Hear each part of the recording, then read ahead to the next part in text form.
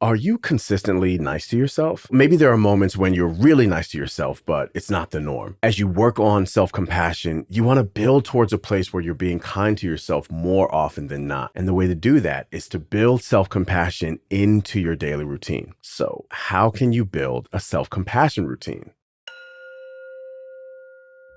In this second part of my two-part series on self-compassion, I'm going to dive into, number one, my own self-compassion routine. Number two, why consistency is so important in practicing self-compassion. And number three, how to maintain your own self-compassion routine. Speaking for myself, self-compassion isn't just one thing. It's a bunch of different approaches to life. What is first and foremost for me is practicing meditation. This morning, I woke up and I sat for 20 minutes and I was able to be in touch with how I was feeling inside, and any of the places that were uncomfortable or not feeling great, I was able to be with them without judgment and then offer some kindness to them. This afternoon, I'm going to find some time to get out in nature and exercise. Exercising is another way that I am kind to my body and my mind. And I always make sure after I'm done working out to acknowledge that I've done something good for myself. I'll just pat myself on the shoulder and say, hey man, you did a good job. So that leads me into positive self-talk, changing how I talk to myself. This is something that I've built up over time. Having that inner defense attorney that can stand up to the inner critic and say, hey, what you're saying isn't necessarily true or right or the right way to say it. Being able to speak to myself the way that I would speak to a friend, offering myself kindness and forgiveness and forbearance has been huge. And that's something that happens incrementally over time, but it's been really transformative. Being creative, whether that's writing a new song or journaling or designing a new t-shirt, any number of things. Creativity is a great outlet for practicing self-kindness and self-compassion. And finally, practicing gratitude at the end of the day. And it doesn't just have to be at the end of the day. It could be any time of day, but practicing gratitude, thinking of all the different things I can be grateful for can really bring a sense of well-being and feeling good. So here are 3 ways that you can build self-compassion into your daily routine. Number 1, when you wake up in the morning, practicing meditation and offering yourself some affirmations, saying to yourself, I'm going to do the best that I can today. Today's a fresh start and I choose to be kind to myself today. Number 2, in the afternoon, you can practice gratitude, just asking yourself, what can I be grateful for right now? Research shows that gratitude improves your self-esteem and overall well-being, and it's something that you can practice anytime, but it's great to do in the middle of the day. And number 3, at the end of your day, reflecting on the day you've had, acknowledging the challenges and the accomplishments that you've had, and doing that in the same way that you would do for a friend. Once you've built the habit of self-compassion, it'll start to feel more and more natural to be kind to yourself, and that is what we're going for. Why don't we practice a little self-compassion right now? And I'll give you some time to do it. Let's take a moment to think of one thing we can be grateful for in this moment. I'll give you 5 seconds to call something to mind.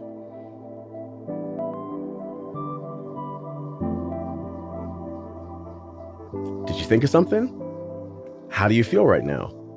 This is something that you can practice any time of day just to give yourself that extra boost. Self-compassion is the most important gift anybody can give to themselves. So I'm wishing you well on your self-compassion journey. Take care. Remember to be kind to yourself, and I'll see you again soon.